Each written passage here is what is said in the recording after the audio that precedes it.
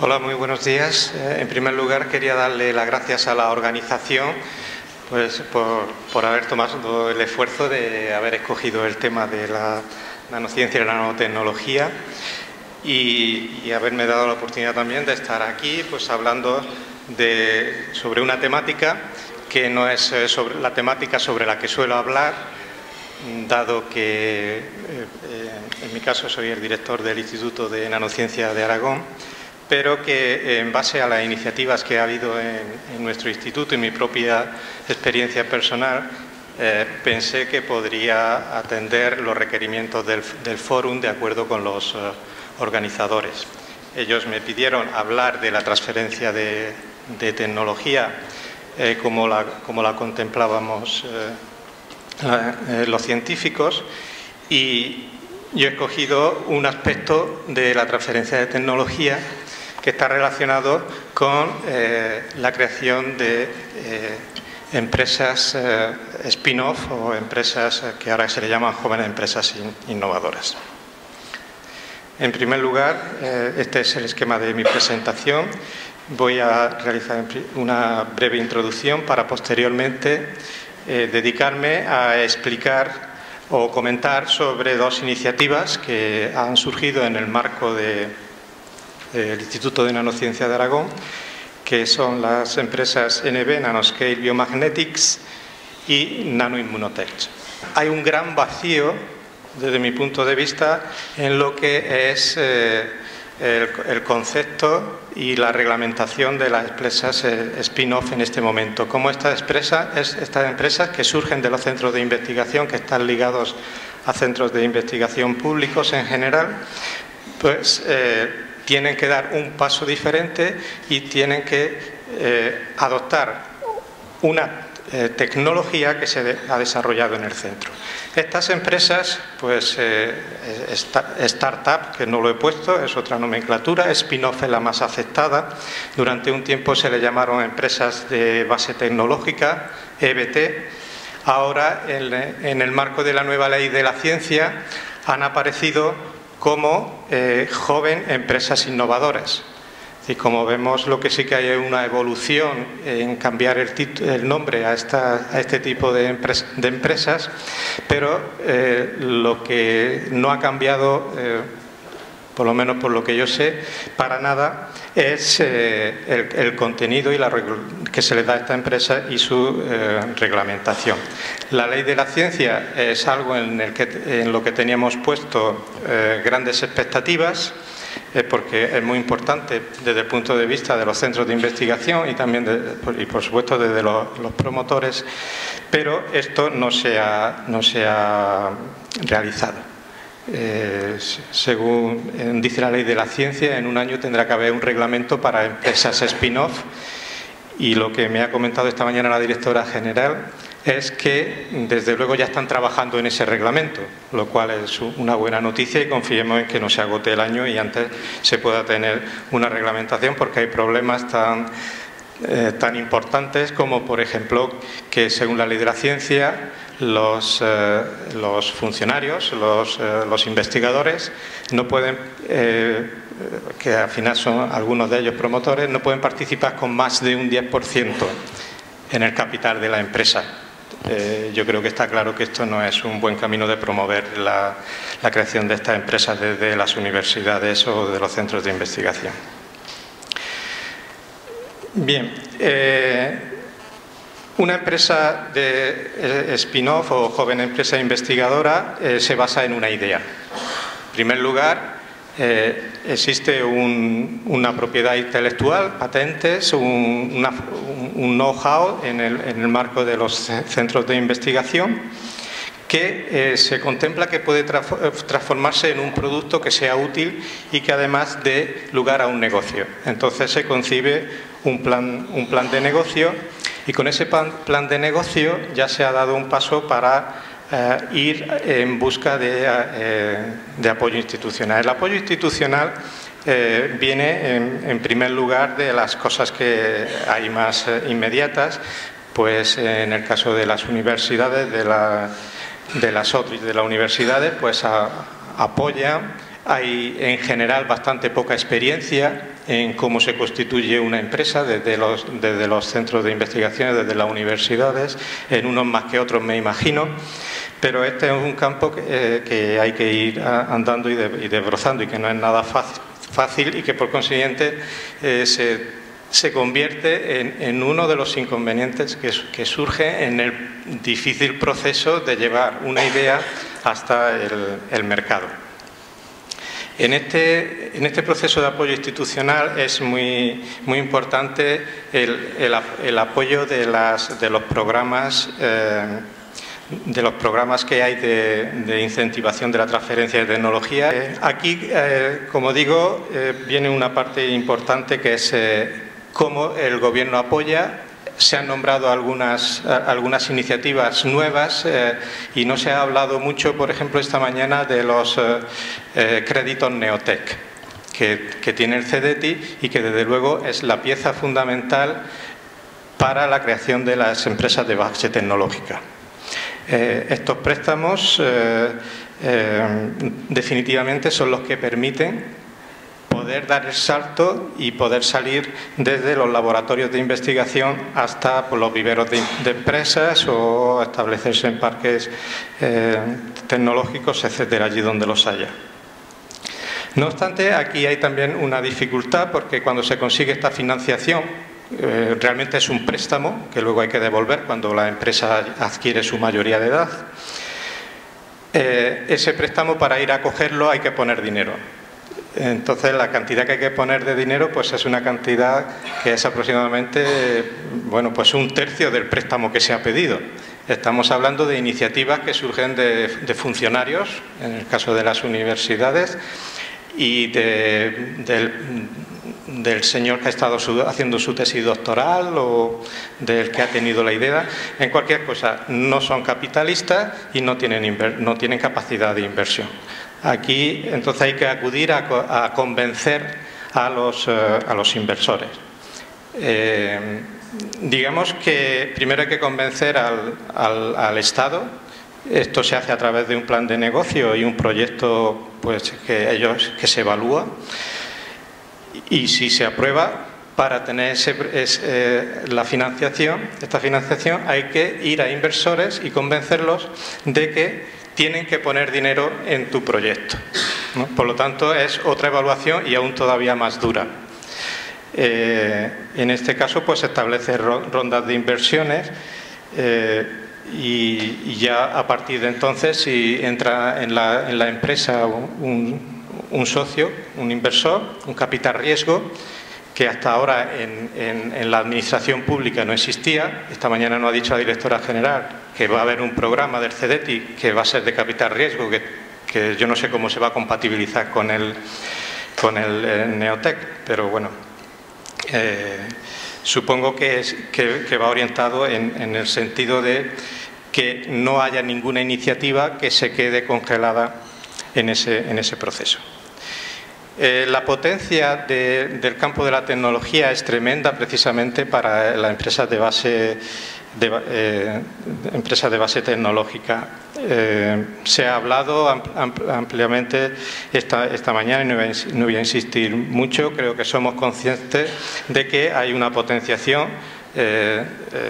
Hay una potenciación del mercado nanotecnológico y que crece exponencialmente. Por lo tanto, es una oportunidad y se encuentran muchas situaciones favorables desde las instituciones para también hacer esa transferencia. En la actualidad, se piensa que la mitad de la industria farmacéutica se basará en la nanotecnología. El número de productos y sectores que está cubriendo la nanotecnología cada vez es más amplio. Aquí se dan alguna idea de los distintos ámbitos que cubre y que ya se han comentado también esta mañana y no voy a insistir. Es un mercado bastante amplio que no tiene materias primas. Las materias primas son materiales nanoestructurados que ya hay que producirlos, caracterizarlos, etcétera, y acaba al final en productos a través de otros productos intermedios que llegan, al final lo utilizamos en nuestros coches, en nuestros teléfonos móviles, en aplicaciones clínicas, en el hogar, etcétera. Bien, pues una vez hecha esta introducción sobre los pasos más o menos, creo que reglamentarios, después podemos comentar si me he dejado alguno, que experimentan las empresas spin-off, pues se voy a poner el ejemplo de dos empresas que se han generado en nuestro centro. Una es la empresa Nanoscale Biomagnetics, que es una empresa que surge en el contexto de un proyecto Consolider Nanotecnología en Biomedicina, y es una empresa spin-off de la Universidad de Zaragoza. Surge en el ámbito de la hipertermia magnética. Esta es la idea. En el instituto existe tradición esta línea de investigación pues desde hace 8 años, y al cabo de los 4 años se establecieron unos equipos que se veía que podrían ser de interés. El concepto es aplicación de campos de la hipertermia magnética, es aplicación de campos electromagnéticos externos con la finalidad de producir una determinada acción. Hoy día se utiliza en la clínica humana, pero no de forma selectiva. La idea es hacer ese tratamiento de forma selectiva mediante la utilización de nanopartículas magnéticas. Y aquí es donde interviene la parte nano. La idea fundamental es, por una parte, llevar las nanopartículas magnéticas a un lugar, a un determinado lugar del cuerpo. Y estas nanopartículas, si están localizadas en un lugar donde hay un tumor, mediante la aplicación de radiación electromagnética externa, van a destruir las células tumorales.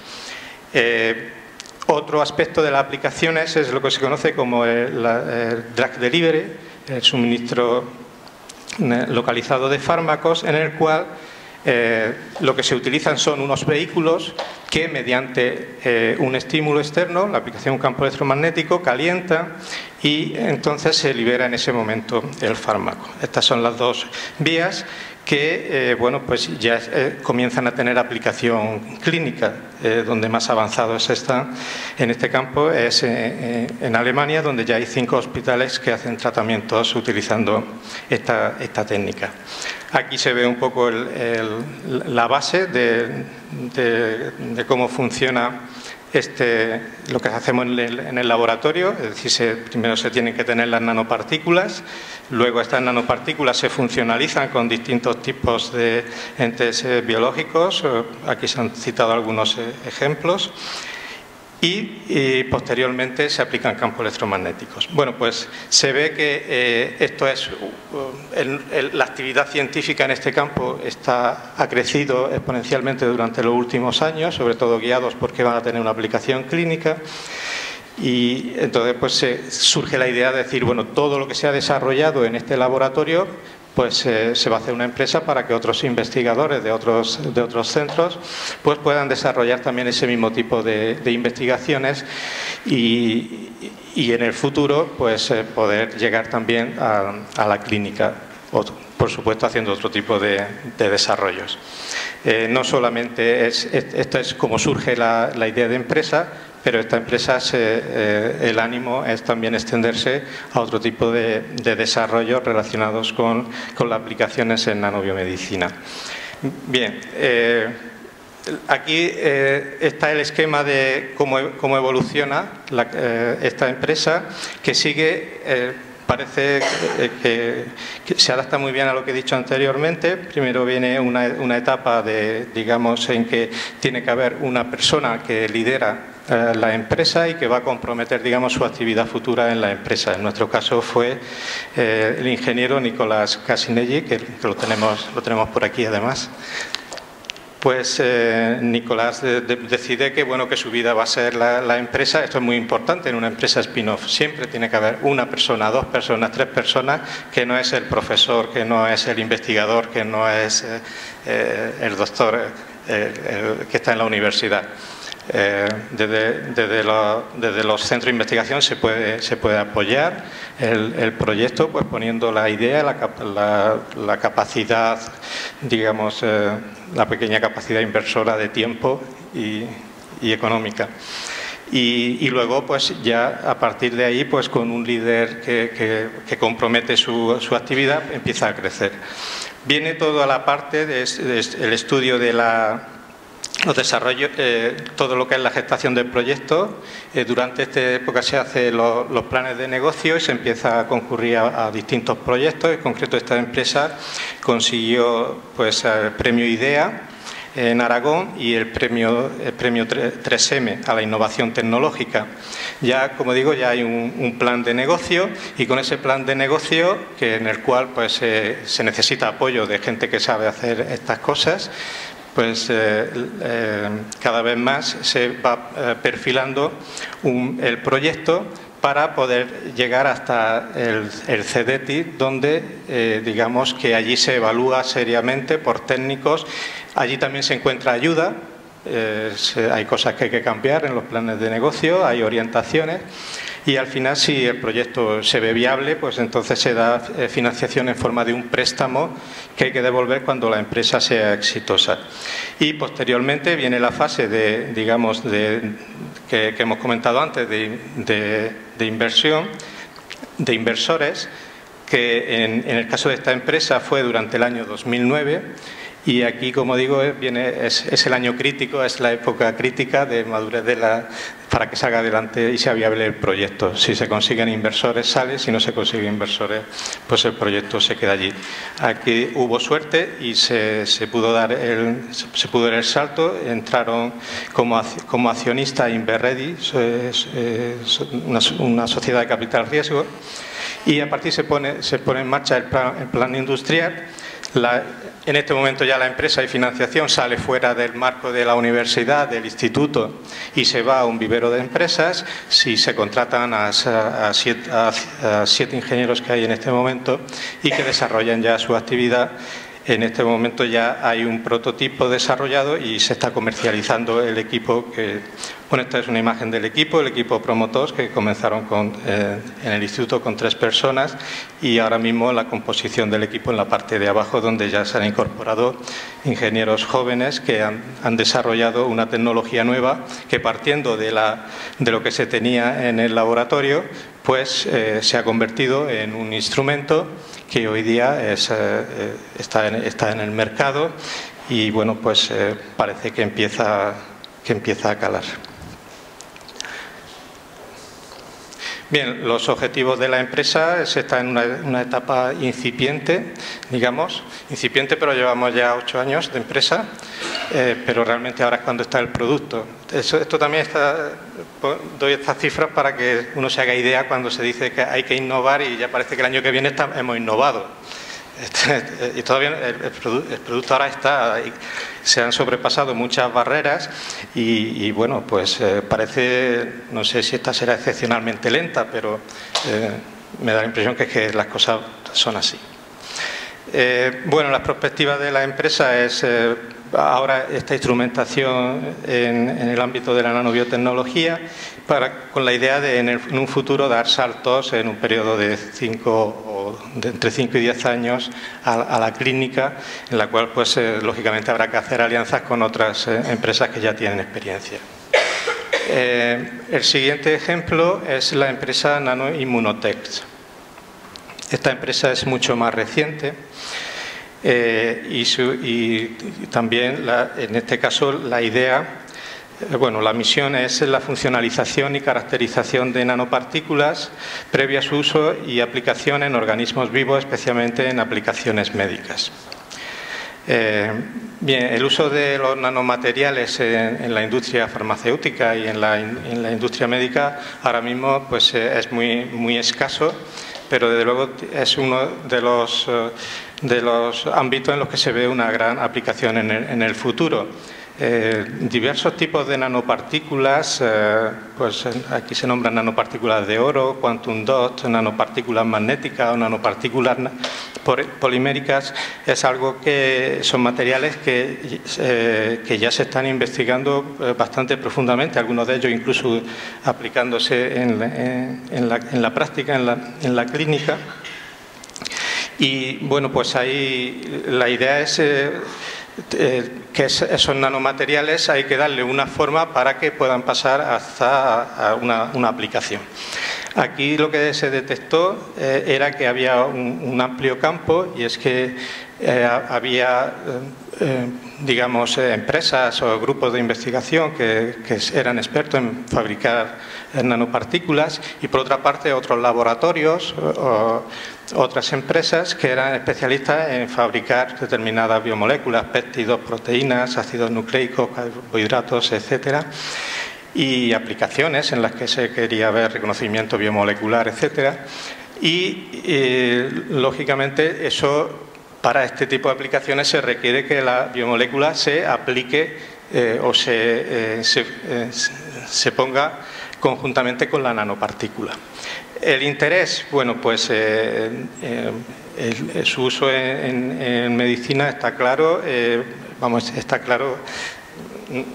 No es muy popular todavía, pero se están haciendo muchas investigaciones. Se piensa que es el futuro. En el caso de la hipertermia ya hay tratamientos de tumores de cerebro y tumores de esófago utilizando nanopartículas magnéticas y utilizando en este caso la hipertermia. También para liberación controlada de fármacos.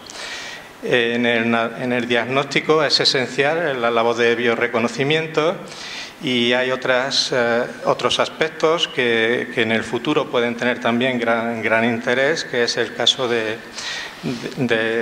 la tomografía por resonancia magnética nuclear y otro tipo de tomografías. Bien, este es uno de los aspectos que se han transferido a la empresa, en que, bueno, y que es una patente que ya se ha gestado en el marco de esta iniciativa, que es el concepto NIF-CyPER. Este concepto viene de la necesidad de la funcionalización de los materiales nanoestructurados. Se ha detectado esa necesidad y, de hecho, la empresa tiene muchos contactos en este momento y muchos requerimientos para realizar esta labor. En principio, cuando hay un laboratorio que quiere desarrollar un determinado producto, lo que hace es coger una determinada nanopartículas y una determinada biomolécula, la funcionaliza y hace su test. Bueno, esto son cosas que suele costar mucho tiempo y es una experiencia que no es fácil de adquirir.